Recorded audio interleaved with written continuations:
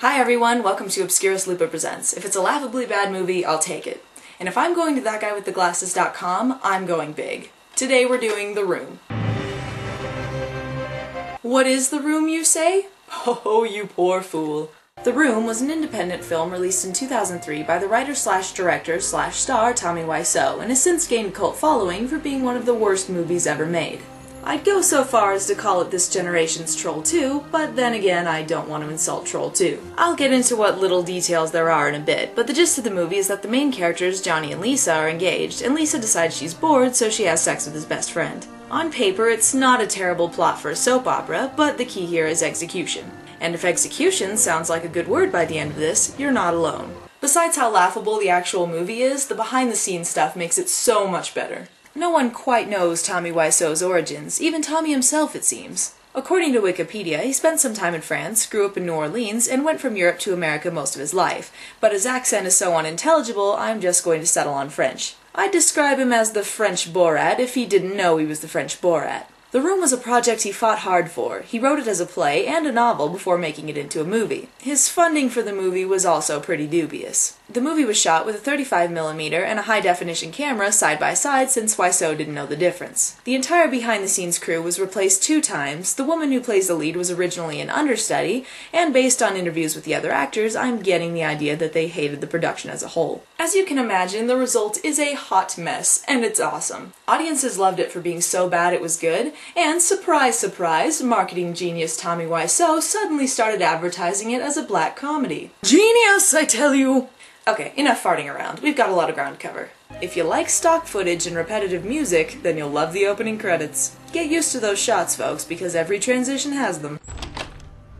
Hi, babe. I have something for you. Right there. That's the point where you realize this is your protagonist, and you die a little inside. The story begins with our main character Johnny, played by Tommy Wiseau, giving his fiancée Lisa a gift. He seems mildly interested in things. Tommy, just because you look like a corpse doesn't mean you need to act like one. Wow, you look so sexy, Lisa. Oh, hey guys. Oh, hi, Danny. This is a relevant character number 25, Denny. He's a college student who lives next door and is like an adoptive son to them. He contributes little to nothing to the actual story, but then again, neither does anyone else. I'm going to take a nap. Can I go upstairs too? Danny, I think I'm gonna join him. We are talking about sex, Denny. Danny, do you have something else to do? I just like to watch you guys. Yeah, that's not creepy. But since this is The Room, I'm assuming it's supposed to be a quirky character trait. Denny takes off, and that's the cue for one of the many disturbing and overly long sex scenes in the movie. Because damn it, if they paid for the rights to use a song, they're gonna use the whole thing. Things to take note of in these sex scenes include, but aren't limited to, candles, roses, difficulty getting clothing off, uncomfortable laughter from both parties, and ew! He looks like he's made of silly putty. And is that really where the vagina is located? In the stomach? Let's move on. Put some pants on, Tommy! Well, thank goodness he has a walk-in closet full of 10 of the same suit. After Johnny goes to work, Lisa is visited by her mother, Claudette. Lisa tells her that she doesn't love Johnny anymore because he's boring, and she kind of comes off like a 6-year-old. He supports you. He provides for you. And darling, you can't support yourself. And he told me he plans to buy you a house. That's why he's so boring. Yeah, I need someone who's unemployed and can treat me like crap. I'm glad you're listening to your mother. Nobody else listens to me. You're probably right about that, Mom. Okay, so why did she come over in the first place? Lisa is disappointed with her scene, so she calls a worse actor. Hey, baby, how you doing? Oh, hey, how you doing? Yeah, I'm very busy. What's going on? Did I mention Tommy Wiseau wrote this? The two of them agree to meet the next day. It's so great when they throw in characters and don't establish who they are or their relationship to the protagonists. It's okay though, because in every other scene he establishes who he is multiple times. Johnny's my best friend. Johnny's my best friend. He's your best friend. I'm so happy I have you as my best friend. Come on, Johnny's my best friend. So that's Mark, Johnny's best friend. And Lisa's about to wrangle him into a room of seduction. It's hot in here. Do you mind? Oh my gosh, please tell me he gets it. You do this to me. We can't do this anymore. Now we have the integral flower shop scene. Let's play a game. Can you guess what order the dialogue is supposed to be in? Hi. Can I help you? Yeah, can I have a dozen red roses, please? Oh, hi, Johnny. I didn't know it was you. Here you go. That's me. Actually, you. Oh, thank goodness they kept that in, or I wouldn't be able to follow the plot. Later on, Johnny comes home to reveal he didn't get his promotion at work. That son of a bitch told me that I would get it within 3 months. He's clearly distraught. You need a drink. I don't drink, you know that. I'm tired, I'm wasted. I love you, darling. And then we have a sex scene.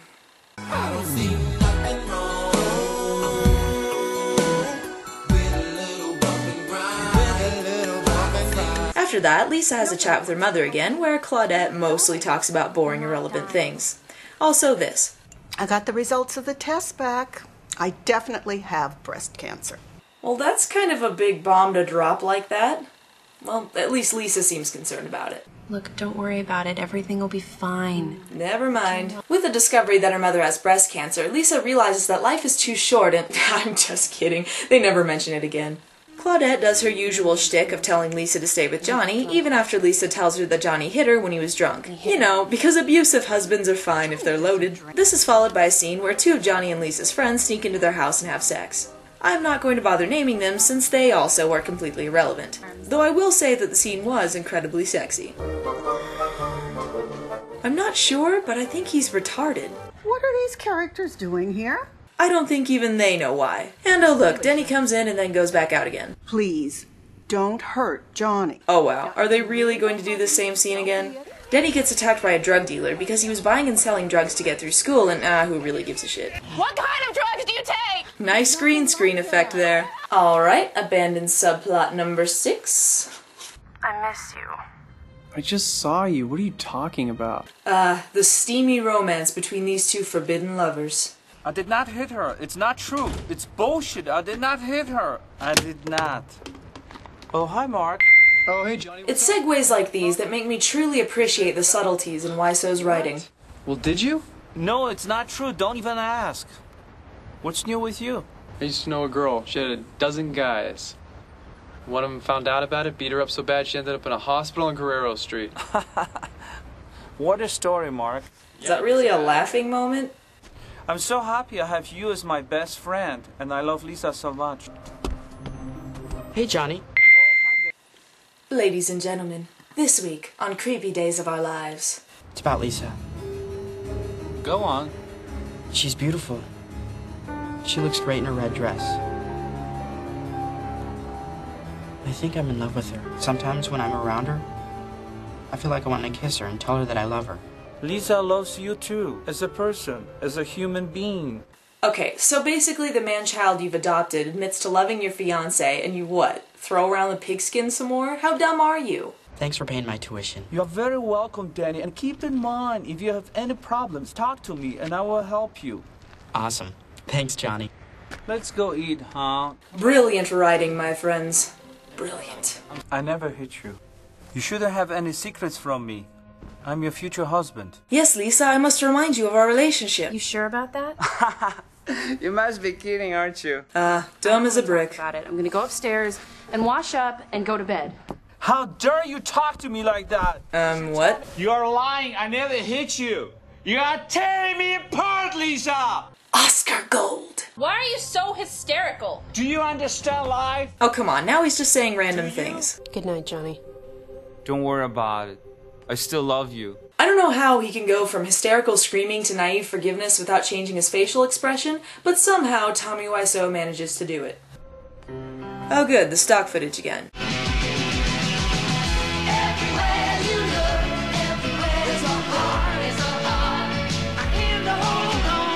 Hey, Johnny, what's going on, man? Oh, hi, Mike. What's new? Hey, Johnny. Hey, Mike. This scene is supposed to bring some levity, I think, and it ends with Mark lightly tapping the comic relief guy into some trash cans, and apparently that injures him.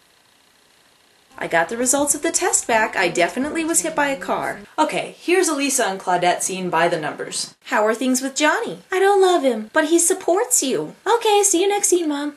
Cut and paste, ladies and gentlemen. Anyway, Lisa admits to sleeping with someone else and Johnny overhears her, so he comes up with the genius plan of hooking a tape recorder up to the phone to discover who it is. Who even has a tape recorder anymore? And why is he hooking it up now? It's not like it can perpetually record. Halfway through the movie, we're introduced to Johnny's friend Peter, who happens to be a psychologist. If you guessed that he's quickly introduced and then dropped again, you'd be right. Chicken, Peter, you just a little chicken. Cheep, cheep, cheep, cheep, cheep, cheep, cheep. Why? Why are there so many pointless characters? Why are there so many plot lines that aren't needed or resolved? Why? Meanwhile, Mark is on a dark path. And by dark path, I mean he's sitting on the roof smoking a doobie. Peter warns him about the dangers of doobie smoking, which apparently involves suicidal tendencies, and naturally he assumes that this means that Mark is sleeping with Lisa. What? What are you, nuts? God!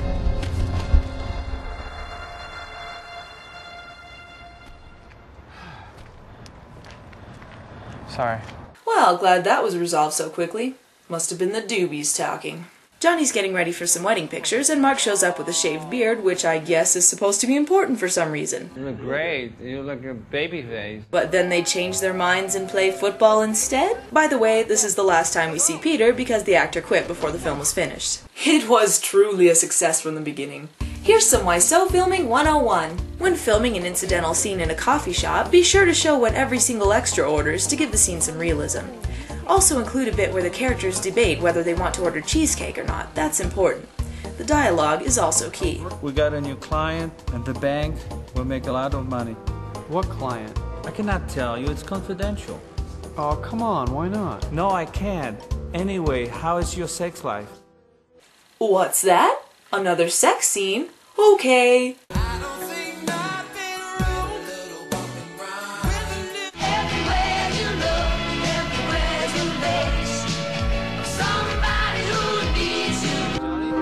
Anyway, Lisa's planning Johnny's birthday party, and Mark shows up early. You gonna be ready? How do you mean that? I'm always ready. For you. This is like a porn without porn. And Claudette visits again. I got the results of the test back. I definitely was mauled by a mountain lion. You know how the scene goes. Next. We finally get to the party, and everyone is having a great time mumbling and pretending to do stage business. And we get some more romantic moments with these two. While everyone else is outside, Mark and Lisa decide to do that thing they do when an unnamed extra walks in on them. This causes a startling altercation. I don't believe it. You don't understand anything, man. Leave your stupid comments in your pocket. I love how the movie just assumes that we know who this guy is after just being introduced and unnamed. You invited all my friends. Good thinking. Hey, everybody. I have an announcement to make. We're expecting to be completely broke when this movie releases. It turns out Lisa made up the pregnancy to, I quote, make it interesting. Believe me, it doesn't make any more sense in context. Lisa's friend, an unnamed guy, tried to convince Lisa to tell Johnny about Mark. I'm not entirely sure, but I think Lisa doesn't want to talk about this. I don't want to talk about it. I don't want to talk about it. I don't want to talk about it. I don't want to talk about it. I don't want to talk about it. Let's go inside and eat some cake. Lisa looks hot tonight. Wait a second, what was that? Who's this guy? Oh, never mind. Fuck if this movie's gonna start making sense now. Mark confronts Lisa because he thinks the baby is his, and this starts a fight. It basically doesn't go anywhere, and then Mark and Lisa do a sexy dance. You're my future wife. What are you doing, Lisa? Leave her alone, man. She doesn't want to talk to you. Since when do you give me orders? Because Lisa changed her mind about you. Huh. Don't spoil it. We were just having fun. Don't worry about it, man. Right? Don't touch me, motherfucker. Get out. You know he's enraged when he changes the inflection in his voice. You don't even want to know how mad he is when he starts in on the chicken sounds. You're just a chicken. Chip, chip, chip, chip, chip, chip. Oh man, sissy slap fight. It's over! It's not over. Everybody betrayed me. I fed up with this world. I guess this was kind of a downer, so the party ends and Johnny locks himself in the bathroom. I got the results of the test back. I definitely just pooped myself. Johnny calls Lisa and her mother bitches before Lisa gives Mark another booty call. You know, because this seemed like the appropriate time for that. Why don't you ditch this creep? I don't like him anymore. Who are you talking to? What? After the thing at the party and the sexy dance, he doesn't know that it's Mark? But good thing he had his trusty tape recorder going for several days. And luckily it was rewound to the exact spot he needed. How could you do this to me? I gave you 7 years of my life. What? They said 5 earlier. What, did they just forget the time period, or did it actually take place over 2 years? Because it sure feels like I've been watching this for 2 years. The tape enrages Johnny. Lisa decides to leave him, and hilarity ensues. Why, Lisa? Why? Why?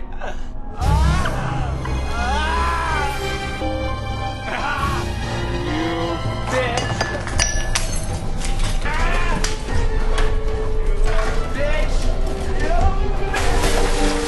No, it was a Sony!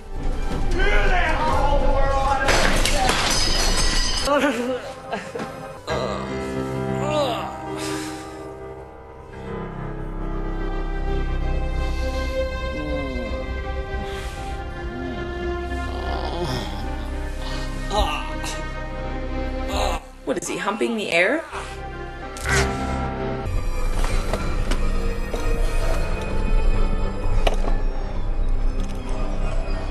Why? Why is this happening to me? Why? It's over. God, forgive me. Everything will be all right. Good night, Johnny.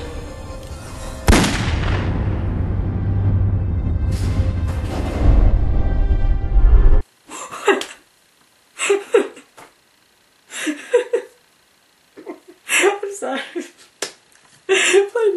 Lisa and Mark feel kind of bad about the whole thing since it led to Johnny killing himself and all that. Is he dead? His brain is on the floor behind him. Oh gee, I wonder. I don't love you. What's happening? Why was he crying before he saw him? Did he realize his character was pointless? And fade out. This movie is basically 3 scenes on a loop. Everyone repeats the same lines, and there's so much padding. Nothing is relevant to anything else. Was it a good movie? No. Was it entertaining? Hell yes! The poor delivery and execution make this movie comedy gold. And since this is my debut on ThatGuyWithTheGlasses.com, I've gone all out with this review. Here's Tommy Wiseau with his thoughts.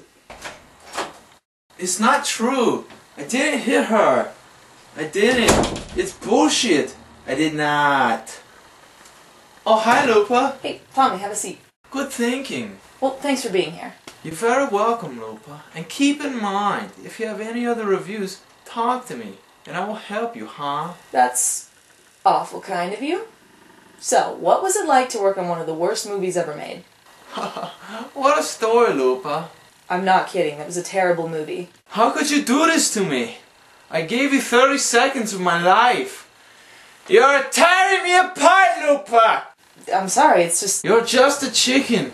Cheep, cheep, cheep, cheep, cheep, cheep, cheep, cheep, cheep, cheep, cheep, cheep, Okay, that's just immature. Okay. Look, have you actually watched the movie? Do you know anything about life? I'll take that as a no. Just watch it. It's not fair. Everyone betrayed me. You bitch. Tramp.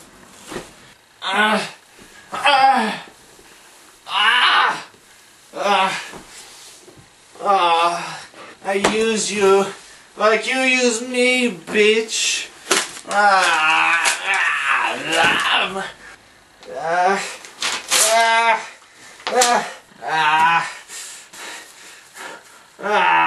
Oh, you bitch.